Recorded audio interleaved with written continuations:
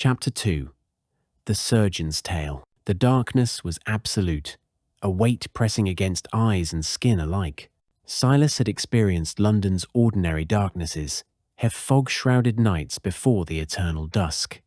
The deep shadows of the Thames dockyards, where he'd overseen shipments of mechanical components. This was different. This darkness felt alive, aware, hungry. Adelaide's hand found his in the black, her grip surprisingly strong. "Don't move," she whispered, her breath warm against his ear. "Don't even breathe loudly. They hunt by sound in the true dark." Around them, the clinic had gone silent, except for the subtle sounds of frightened breathing and the occasional whimper from the wounded. Silas could hear his own heartbeat, impossibly loud, and wondered what else might hear it too. Then, gradually, light returned, but not the gas lamps. This was a sickly green phosphorescence that seemed to seep from the walls themselves, casting everything in the colors of decay. The patients' faces looked corpse-like in the glow, their eyes reflecting the light like cats. "Corpse light," Adelaide said quietly. "The Queen only uses it for special occasions.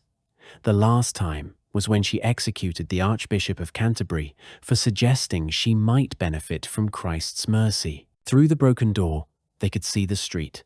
The sanguine guards stood at perfect attention every 20 feet, their eyes glowing red in the green light. Between them walked things that made Silas's mind rebel. Creatures that seemed to be made of shadow given substance, their forms shifting and writhing. And among them all, floating a foot above the cobblestones, were figures in ancient robes that looked older than London itself. "The inner circle," Adelaide breathed. "They haven't been seen since the Revelation." One of the robed figures turned toward the clinic, and Silas glimpsed a face that might have been beautiful once, but was now something beyond mortal comprehension, ageless, terrible, with eyes that had seen the rise and fall of empires. The figure raised one pale hand, and Adelaide pulled Silas back from the doorway. "Don't let them see you," she hissed. "Those are Victoria's true court. The ones who were with her before Britain was even a dream. They can." A scream cut through her words, not from outside, but from within the clinic. One of the patients, an elderly woman who'd been barely conscious, was rising from her bed. But her movements were wrong, puppet-like, as if invisible strings pulled her upright. Her eyes had rolled back, showing only white. And when she opened her mouth, the voice that emerged wasn't hers. "Citizens of our eternal realm," the voice said. And it was Victoria's voice, somehow speaking through dozens of mouths across London simultaneously. "The time of transition has come. For 3 years, we have prepared you, changed you, made you ready for the truth of what you are to become." The possessed woman's head turned with mechanical precision, surveying the clinic. "We know some among you resist.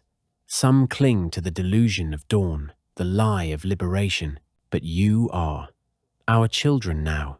Our blood flows in your veins through the very air you breathe, the water you drink, the food you consume. You are already ours. Tonight, we simply make it official." Other patients began to rise, all speaking in unison now. "Report to your designated gathering points. Receive our gift willingly, and you shall know pleasure beyond mortal comprehension. Resist, and you will receive it anyway, but through paths of agony that will make you beg for the release of true death." The possessed patients collapsed as one, the alien presence leaving them. Most fell unconscious, but the elderly woman remained awake, tears streaming down her face. "She was in my mind," she sobbed. "I could feel her. Centuries, millennia of hunger. She's so old, so hungry. And she's not alone. There are others, so many others, waiting." Adelaide sedated her quickly, but the damage was done. The clinic erupted in panic. Some patients tried to flee, only to remember the guards outside. Others huddled together, praying to gods that seemed very far away. "We need to move," Adelaide said to Silas. "The gathering points are processing centers. Anyone who goes there won't come back human, if they come back at all. Where can we go?" The entire city is locked down. The underground, the old tunnels, the ones they sealed after the revelation. My brother left me maps. She produced a leather journal from her bag, its pages covered in detailed drawings of London's subterranean network. He marked safe houses, supply caches. He was planning for this. A patient grabbed Adelaide's arm, a young man with the pale complexion of a scholar. "Take us with you," he pleaded. "Please." Adelaide looked around the clinic at the dozens of terrified faces. "I can't. The tunnels are dangerous, and many of you can barely walk." "Then we're dead." The statement was flat, resigned. "No." Adelaide's voice grew firm. "Jamie, distribute the silver bullets and bolts. Everything we have. You know the secondary exits. Get everyone who can move to the old brewery on Dorset Street. The Resistance has people there." "The Resistance?" Silas had heard whispers, but thought them fantasy. "Later." Adelaide grabbed his arm. "We go now, while the guards are focused on herding citizens to the gathering points." They slipped out through a concealed door that led to an adjacent building's cellar. The corpse light didn't penetrate here, and Adelaide lit a small oil lamp. The flame seemed pathetically small against the oppressive dark, but it was enough to navigate by. The cellar connected to others through holes knocked in walls, a rat's maze of passages that the poor of Whitechapel had used for generations to avoid tax collectors, police, and now, apparently, vampires. They passed huddled groups of people hiding in the darkness, their eyes reflecting the lamplight with desperate hope that faded when they realized Adelaide and Silas weren't rescue. "How long have you been planning this?" Silas asked, as they squeezed through a particularly narrow passage. "Since the beginning. My husband was one of the first to be taken in those early days when they still pretended it was a disease." Her voice was steady, but Silas heard the pain beneath. "He was a doctor at Street Bartholomew's. One night, he didn't come home. They found his body drained in an alley, blamed it on criminals, but I performed the autopsy myself. The wounds were too precise, too deliberate. That's when I knew the stories were true. They emerged into a larger space that had once been a crypt. Ancient coffins lined the walls, most broken open from the inside." Adelaide didn't pause, leading him to an iron grate in the floor that she unlocked with another key from her collection. "The old sewers," she explained. "They connect to the underground. The smell is horrific, but the vampires avoid them. Something about running water, though I don't understand the science of it." They descended into a tunnel that reeked of centuries of waste and decay. Silas pulled his shirt over his nose, but it barely helped.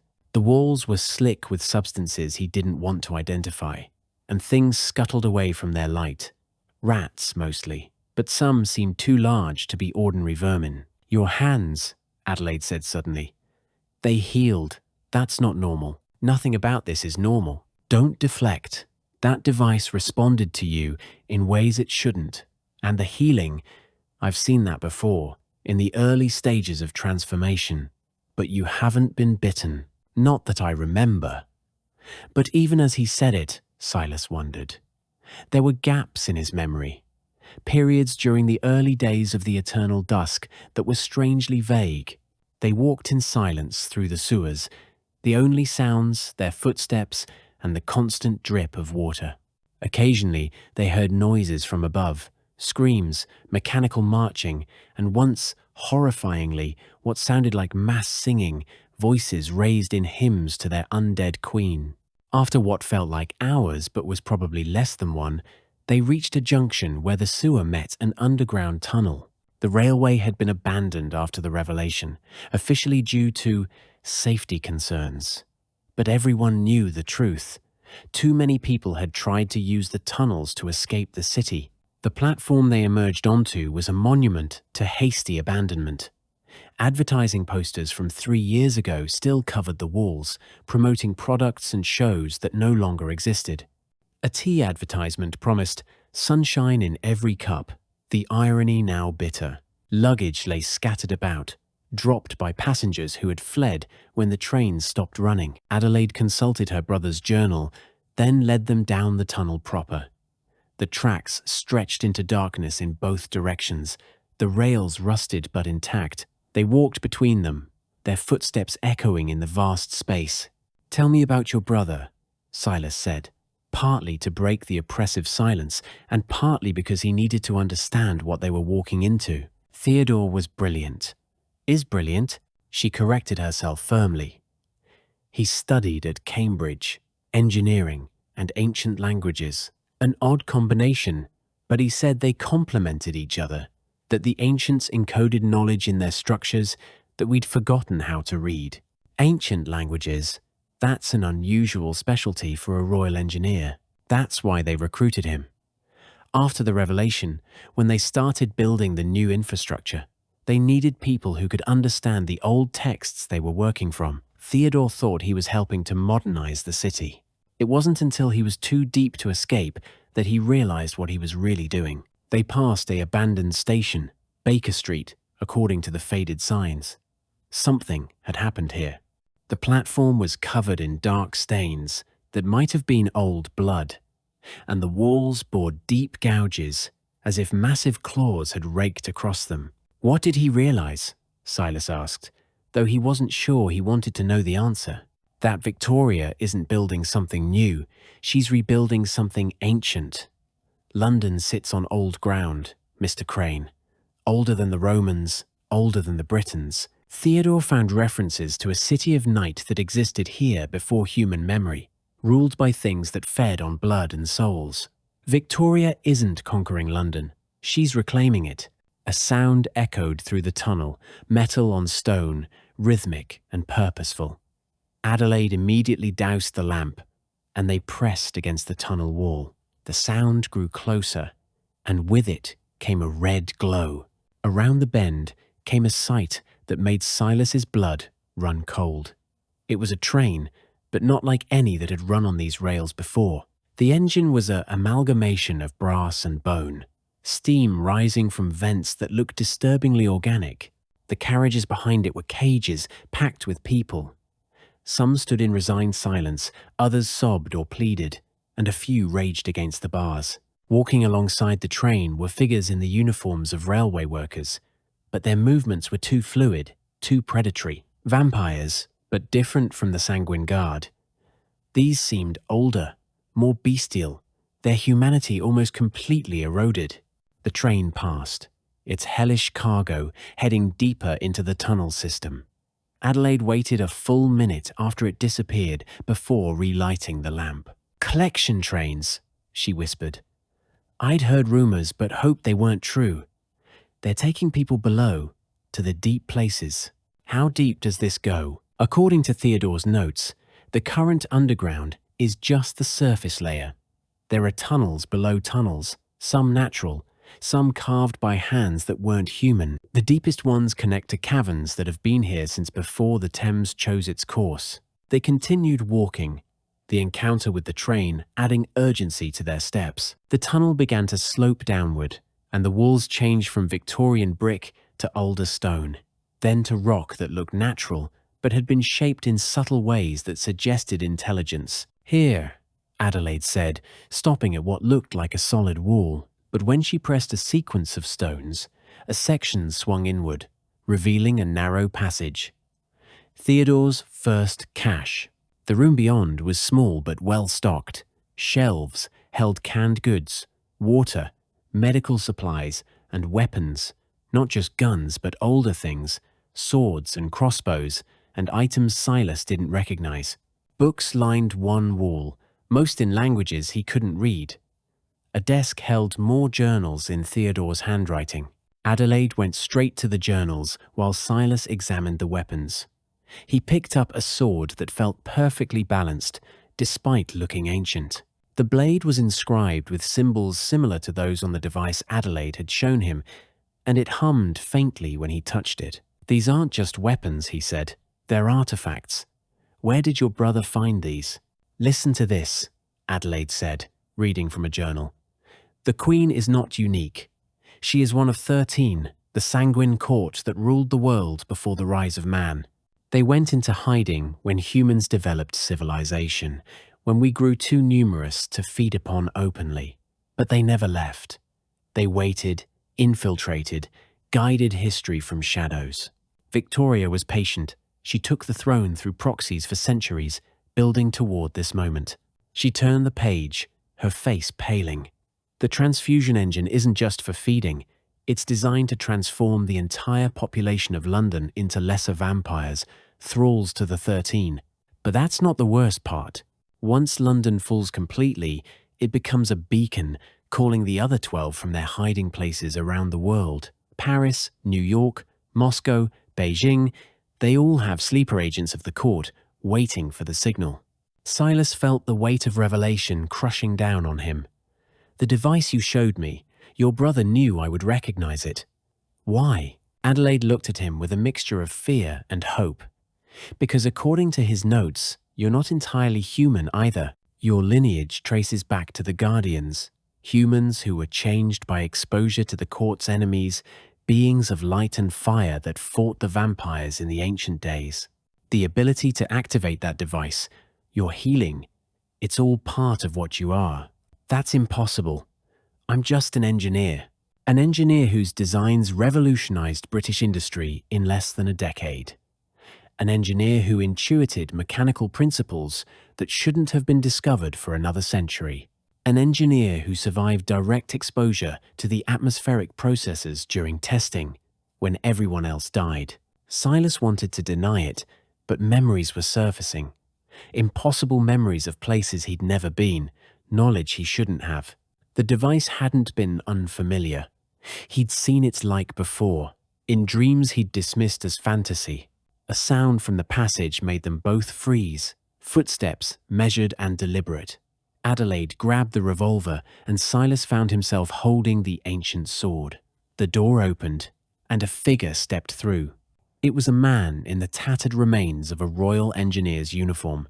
His face was gaunt, his eyes sunken, but there was intelligence there, and recognition when he saw Adelaide. "Theodore!" Adelaide rushed forward, then stopped. Something was wrong. Theodore's skin was too pale, his movements too careful, and when he smiled, she saw the fangs. "Hello, sister," Theodore said, his voice carrying harmonics that hadn't been there before. "I've been waiting for you. The Queen has such plans, and she needs you both to complete them. The surgeon who understands the transformation, and the Guardian who doesn't know what he is. Perfect components for the grand design." Adelaide raised the revolver with trembling hands. "You're not my brother. I am, and I am not. I retain his memories, his knowledge, his love for you. But I am also so much more now. I've seen the truth of what we're becoming. Humanity's time is ending, Adelaide. But we don't have to end with it. You sent me the device.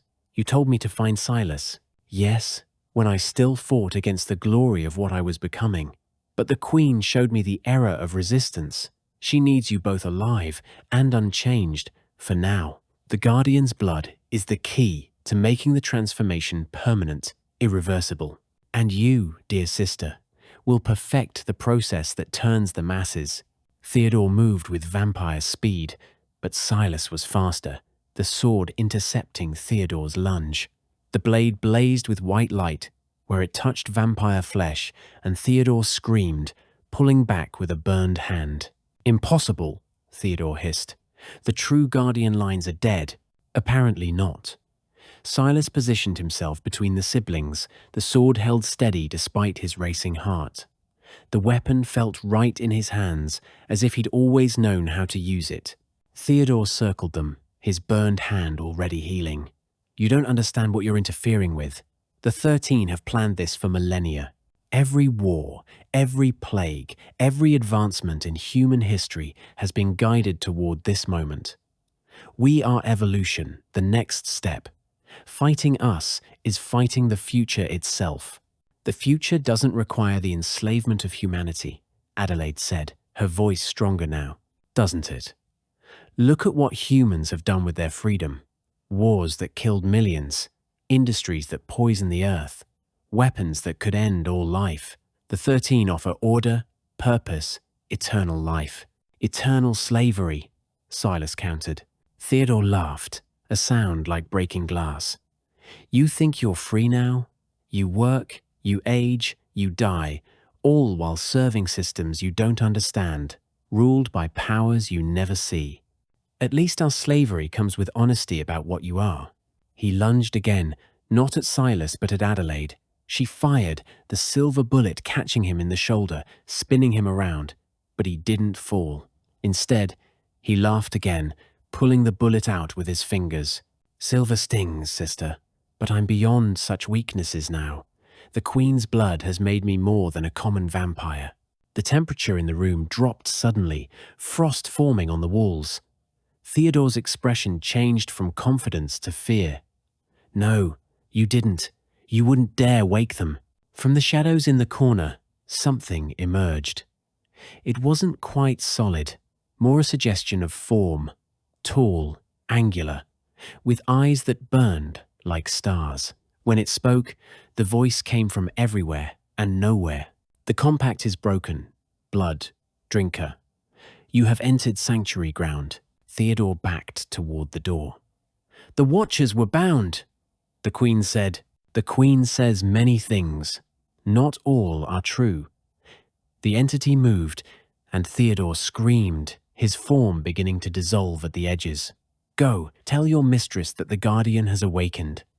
Tell her the old war begins anew. Theodore fled, moving so fast he seemed to teleport. The entity turned its attention to Silas and Adelaide, and up close, Silas could see it more clearly. A being of light, contained in a form that suggested, rather than defined, ancient beyond measure. You carry the blood of Marcus Aurelius Crane, last of the Roman Guardians, it said to Silas. Your ancestor bound me to watch and wait for the darkness to rise again.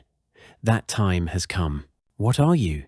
Adelaide asked, her scientific mind struggling with the impossibility before her. I am what remains of the illuminated, those who fought the 13 when the world was young. We are few now, weakened by millennia of slumber, but we remember our purpose.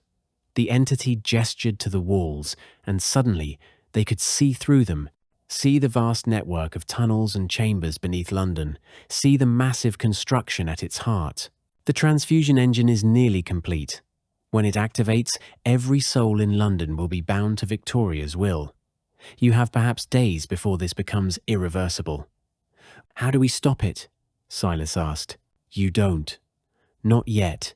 You're not strong enough, and you don't understand enough. But there are others like you, descendants of guardian lines, scattered through the city. Find them. Wake them to their heritage. And find the Heart of Day. The Heart of Day? Adelaide pulled out Theodore's journal, flipping through pages. He mentioned that, said it was a myth. The heart is real. It's the crystallized essence of the first dawn, the light that drove the 13 into hiding originally. Victoria seeks it as much as she fears it. Possessing it would make her truly invincible, but it could also destroy her utterly. It lies beneath the city, in the places even she fears to go. The entity began to fade. I cannot maintain this form much longer. The sanctuary will hide you for a time, but not indefinitely. Trust the surgeon's knowledge and the guardian's instincts. And beware the 13th. The 13th?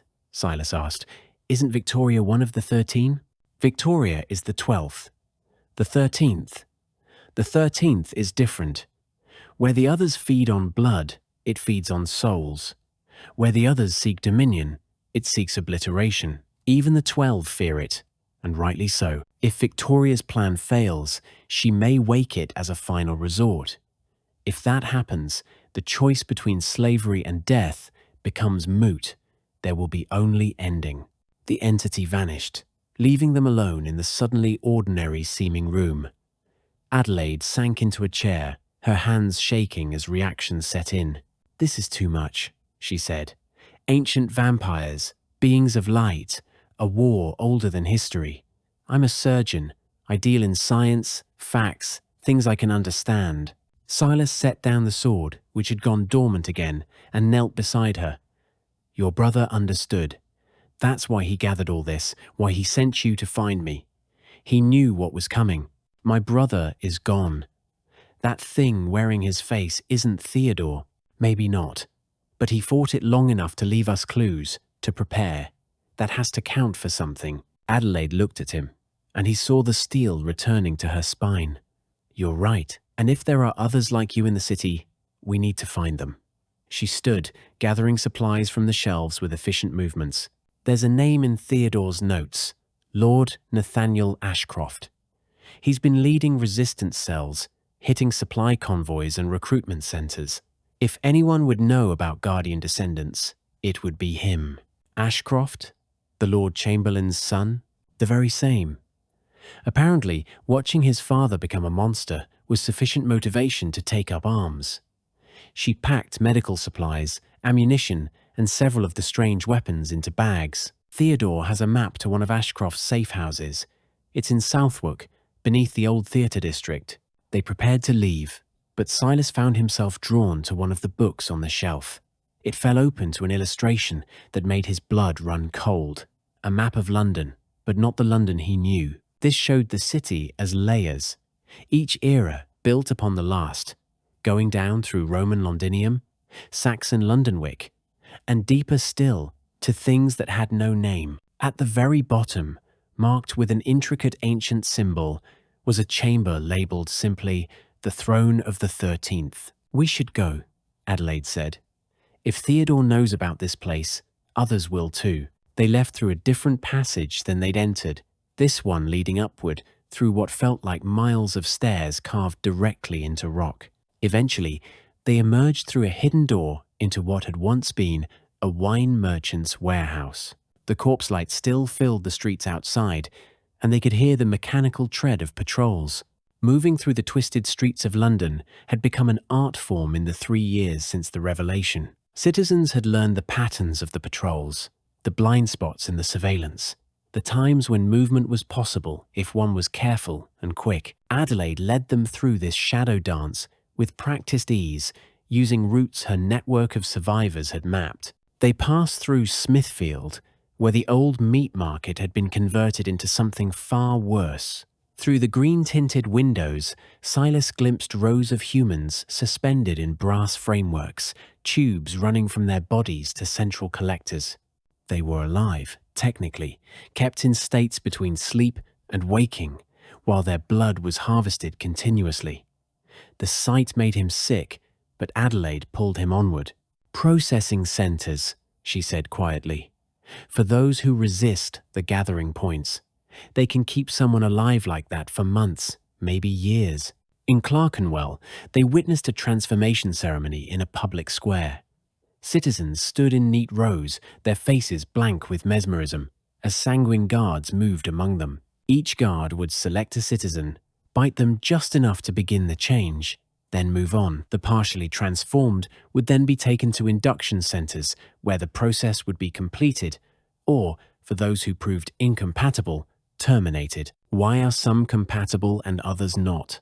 Silas asked, as they hid in an abandoned printer's shop, waiting for a patrol to pass. Theodore thought it had to do with bloodlines. Some humans carry traces of older genetics, not guardian lines, but something else. Something that makes them suitable for transformation. The rest are just food. They reached the Thames as what passed for dawn approached, not true sunrise, but a lightening of the perpetual gloom from black to deep grey. The river was wrong, its waters dark and thick, moving too slowly. Bodies floated past occasionally, but these weren't the normal dead. They moved, reached, tried to crawl up the embankments before being pulled back down by whatever dwelt in the poisoned waters. The bridge to Southwark was heavily guarded, but Adelaide knew another way. An old smuggler's tunnel ran beneath the river, used for centuries to move contraband and now serving the resistance. The entrance was hidden in a false tomb in street. Saviour's Cemetery, the religious ground, providing some protection against casual vampire intrusion. The tunnel was worse than the sewers. Centuries of river seepage had turned it into a nightmare of mud and worse things. They waded through knee-deep muck that sucked at their boots, using ropes fixed to the walls to pull themselves forward. Things moved in the water around their legs, but neither spoke of it. Halfway across, they heard singing echoing through the tunnel, a hymn, but with words that weren't quite right. praising the eternal night and the blood of the faithful. The voices grew closer, and they realized with horror that people were entering the tunnel from the Southwark side. "Back," Adelaide whispered, but footsteps echoed from behind them as well. They were trapped. The two groups met at their position, and Silas prepared to fight. But the figures that emerged from the muck weren't vampires or guards. They were humans, but wrong. Their eyes reflected the dim light like animals. Their movements were too coordinated, and when they smiled, their teeth were filed to points. "Blood cultists," Adelaide breathed. "Humans who worship the vampires, hoping to be chosen for transformation." "Fresh meat," one of them said. "A woman whose face might have been beautiful before madness took it. The Queen will reward us. She always rewards loyalty." They attacked with the fury of zealots, using knives and clubs and their filed teeth. Silas fought with the ancient sword, its light burning them as it had Theodore, though they were human. Adelaide used her gun sparingly, how the sound would bring guards, instead using a surgical knife with lethal precision. The fight was brutal and desperate in the confines of the tunnel. The cultists had numbers but not skill, and gradually Silas and Adelaide fought their way through. But the damage was done. The noise had attracted attention. From both ends of the tunnel came the sound of mechanical movement, automatons immune to the religious protections that kept vampires at bay. "The maintenance shaft," Adelaide said, pointing to a grating in the tunnel ceiling. "It leads to the old bear-baiting pits." They climbed, Silas boosting Adelaide up, before pulling himself through just as the first automaton rounded the tunnel bend.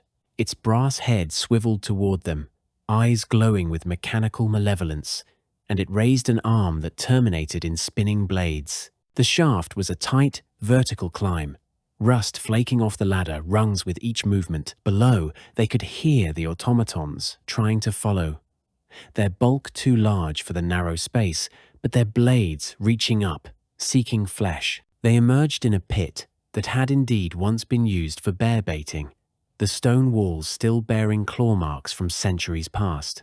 Now it served as a mass grave. Bodies in various states of decay filled the space, victims of the new order who hadn't warranted processing.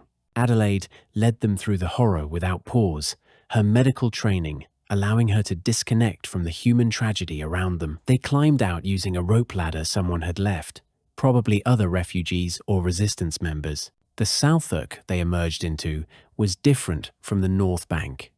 Here, the transformation was more complete. The buildings had been changed, grown somehow, their Victorian brick replaced with something that looked organic, like calcified blood. Veins of the material ran between structures, pulsing with dark fluid. "Conversion architecture," Adelaide explained. "Theodore documented it. The vampires are changing the very city, making it more suitable for their kind. Eventually, all of London will look like this." They moved carefully through streets that seemed to watch them.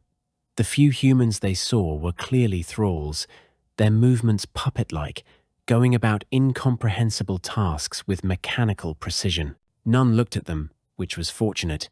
Thralls were known to report any anomaly to their masters instantly. The Globe Theatre stood where it always had, though Shakespeare would have wept to see it now. The wooden structure had been replaced with the same organ-building material, and performances still occurred. Grotesque displays where human actors performed for vampire audiences, the plays all rewritten to glorify the eternal night and the wisdom of the Queen. "Beneath," Adelaide said, checking Theodore's notes. "The original foundation, that's where Ashcroft's people meet." They found the entrance in an alley that reeked of death. A beggar sat there, apparently unconscious, but when Adelaide whistled a specific tune, his eyes opened, sharp and aware. "Password," he said. "The sun also rises," Adelaide replied. The beggar, clearly not a beggar at all, moved aside a pile of refuse to reveal a trapdoor. Down quickly, patrols in 3 minutes. They descended into darkness, but this time warm darkness that smelled of life rather than death. Lamps provided golden light that seemed almost foreign after all the corpse light and shadow. The space opened into a large chamber where dozens of people moved with purpose, maintaining weapons, studying maps, tending to wounded. And at the center, a man stood studying a map of London marked with red X's and black circles. He was perhaps 40, with the kind of sharp, aristocratic features that marked old English nobility, but his eyes held a fury that transcended class. When he looked up at them, Silas saw recognition there. "Mr. Crane," Lord Nathaniel Ashcroft said, "I've been expecting you. We have much to discuss about your heritage and the war that's coming. But first, tell me, when you touched the Aurelius device, what did you see? How did you—" "Because I saw it too, Mr. Crane. The visions of the First War, the truth about what we are." Ashcroft pulled back his sleeve, revealing an arm that bore a tattoo of something resembling a Celtic knot, but as if woven of intricate silver. "Welcome to the Forge, last hope of humanity in London. Now, let me tell you what we're really fighting, and why the Queen fears you specifically above all others."